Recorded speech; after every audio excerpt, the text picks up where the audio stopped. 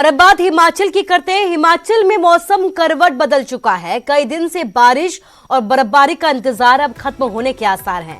मौसम विज्ञान केंद्र शिमला ने प्रदेश में 3 दिन तक भारी बर्फबारी और बारिश की संभावना जताई है। सूबे के मैदानी इलाकों में 3 दिसंबर तक बारिश की संभावना है।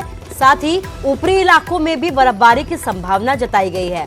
मौसम विभाग ने आज के लिए येलो अलर्ट भी जारी किया है। इसके साथ ही कई जगहों पर जिला प्रशासन की तरफ से भी अलर्ट जारी किया गया है कि ऊंचाई वाली जगहों पर जाने से अभी लोग परहेज करें, चाहे फिर वो स्थानीय लोग हो या फिर पर्यटक।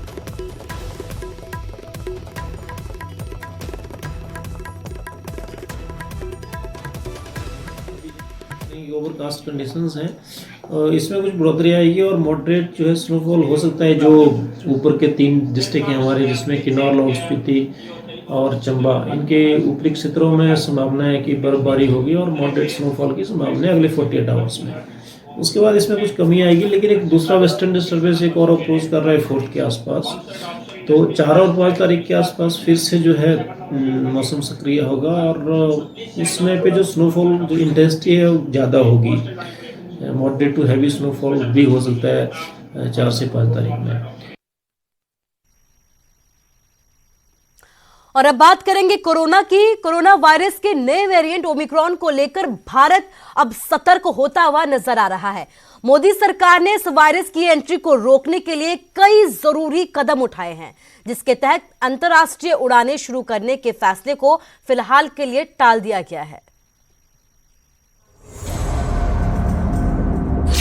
अंतर्राष्ट्रीय उड़ानें अभी नहीं, स्वास्थ्य सेवाओं की समीक्षा। Variant of concern Omicron. Omicron पर सरकार सतर्क।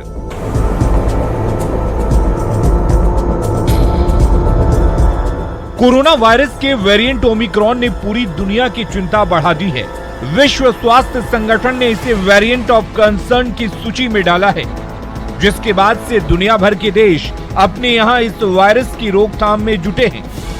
पीएम मोदी की समीक्षा के बाद इस वायरस से निपटने के लिए भारत भी खुद को तैयार कर रहा है। डीजीसीए ने अंतर्राष्ट्रीय उड़ानें शुरू करने का फैसला टाला। पहले 15 दिसंबर से अंतर्राष्ट्रीय उड़ानें शुरू होने वाली थी। एट रिस्क देशों से आने वाले यात्रियों पर कड़ी निगरानी होगी। इन देशों में ब्रिटेन और यूरोप के सभी देश शामिल हैं। दक्षिण अफ्रीका, ब्राजील, बांग्लादेश, बोत्सवाना, चीन, Mauritius, New Zealand, Zimbabwe, Singapore, Hong Kong और इजराइल भी इस सूची में शामिल हैं।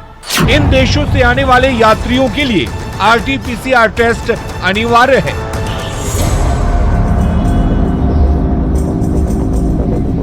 रिपोर्ट आने तक यात्रियों को एयरपोर्ट के अंदर ही रुकना होगा। अन्य यात्रियों को सेल्फ डिक्लेरेशन देने के साथ 14 दिन सेल्फ मॉनिटरिंग करनी होगी। ओमिक्रॉन वायरस से सबसे बड़ी चिंता लगातार म्यूटेशन होना है। अब तक ये वायरस 50 बार म्यूटेट हो चुका है, जो इसे इम्यूनिटी सिस्टम को धोखा देने में सक्षम बनाता है। ओमिक्रॉन के खतरे को भांपते हुए मोदी सरकार ने कई और कदम उठाए हैं। हवाई अड्डों को यात्री क्षमता बढ़ाने को कहा गया है। पॉजिटिव यात्रियों के सैंपल की जीनोम सीक्वेंसिंग होगी। सभी राज्य कोरोना निर्देशों का पालन कड़ाई से करवाएं। परीक्षण और इलाज संबंधित स्वास्थ्य सेवाएं पर्याप्त रखें। पॉजिटिव रेट 5% से कम रखने पर जोर रहे। जल्द से जल्द मरीज की पहचान और इलाज किया जाए। देश भर में कोरोना वायरस के नए मामलों में लगातार कमी आ रही है।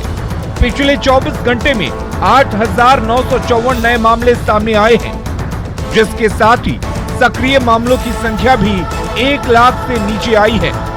लेकिन ओमिक्रॉन वायरस अब बड़ा खतरा बनकर सामने है, जिसमें थोड़ी सी लापरवाही